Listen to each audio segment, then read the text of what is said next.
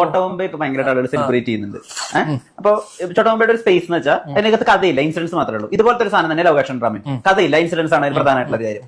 അപ്പൊ ധ്യാൻ ശ്രീനിവാസന്റെ ആ ഒരു തമാശ ഫൺ വേൾഡിൽ ലാൽ സാറിനെ കൊണ്ട് പ്ലേസ് ചെയ്യുക, അങ്ങനെ ആലോചിച്ചിട്ടുണ്ടോ? അതാണ് ഞാൻ ഇപ്പൊ ഏറ്റവും കൂടുതൽ ആലോചിക്കുന്നതും ഞങ്ങൾ ചർച്ച ചെയ്യുന്നതും ആയിട്ടുള്ള കാര്യങ്ങൾ. ചർച്ച മാത്രമേ നടക്കുന്നുള്ളൂ. ഇപ്പൊ ഞാനും വിശാഖം കഴിഞ്ഞ ദിവസങ്ങളിലൊക്കെ സംസാരിക്കുന്ന സമയത്ത് നമ്മൾ ആലോചിക്കുന്ന ഒരു സിനിമ അങ്ങനത്തെ ഒരു സിനിമയാണ്. എന്നുവെച്ചാൽ നമ്മുടെ ഒരുപാട് സിനിമകളുടെ ഇത് വിശാഖം ഇങ്ങനെ പറഞ്ഞപ്പോ നമ്മുടെ ഒരു കഥ ഉണ്ടായിരുന്നു, കുറെ മുന്നേ ആലോചിച്ചാണ്. അതിങ്ങനെ നമ്മളിങ്ങനെ ആഗ്രഹങ്ങളാണല്ലോ.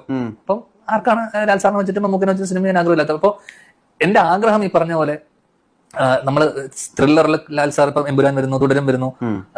പക്ഷെ ചോട്ടാ മുംബൈ വരുമ്പോ അവിടെ സെലിബ്രേഷൻ ആണ്, മനസ്സിലായി? മോഹൻലാലിനെ സെലിബ്രേറ്റ് ചെയ്യുന്നത്, നമ്മുടെ മോഹൻലാൽ എന്ന് പറഞ്ഞ നടന്റെ സെലിബ്രേറ്റ് നമ്മൾ സെലിബ്രേറ്റ് ചെയ്യുമ്പോൾ അദ്ദേഹം സ്ക്രീനിൽ സെലിബ്രേഷൻ ആണ്, മനസ്സിലായി? നമ്മൾ പുറത്ത് ഡാൻസ് കളിക്കുന്ന അദ്ദേഹത്തെ ഡാൻസ് കളിക്കുന്നു. അങ്ങനത്തെ ഒരു സിനിമ വരണം, സിനിമ കാണണമെന്ന് എനിക്കും വിശാഖിനും. ഞാൻ കഴിഞ്ഞ ദിവസം ഞങ്ങള് സുമിത്രാക്കയും ഞാനും പ്രണവും കൂടെ ഫ്ലൈറ്റിൽ പോകുന്ന സമയം ഞാൻ പ്രണവിനോടും ഞങ്ങൾ പറഞ്ഞാടാ ഞാനൊരു സംഭവം ആലോചിക്കുന്നുണ്ട്, ഞാൻ അതിനായിട്ട് നടക്കണമെന്നൊന്നും ഒരു നിർബന്ധമില്ല, ഒരു 10% സാധ്യതയുള്ളൂ. പക്ഷെ ഞാൻ പോയിട്ടൊരു ശ്രമം നടത്തും, ഞാൻ പോയി ഒരു കഥ പറയും ചിലപ്പോൾ. ജയിക്കട്ടെ.